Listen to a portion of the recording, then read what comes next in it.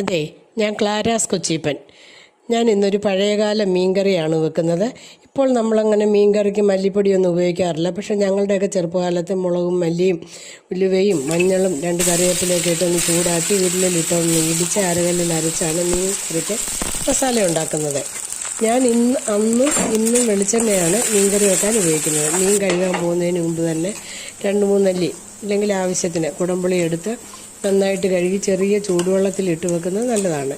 വെളുത്തുള്ളിയും ഇഞ്ചിയും 2 ചുമന്നുള്ളിയും കൂടെ ഞാൻ ചതച്ചാണ് എടുക്കുന്നത്.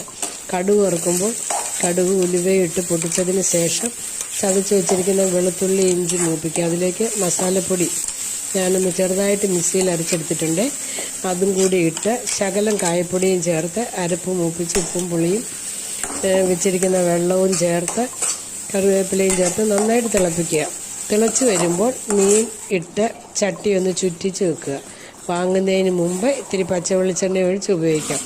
മല്ലിപ്പൊടി ചേർക്കുന്നതുകൊണ്ട് തന്നെ നമുക്ക് 2 ദിവസത്തിൽ കൂടുതലൊന്നും മീൻകറി വെക്കാൻ പറ്റില്ല. അതെ, അങ്ങനെ നമ്മുടെ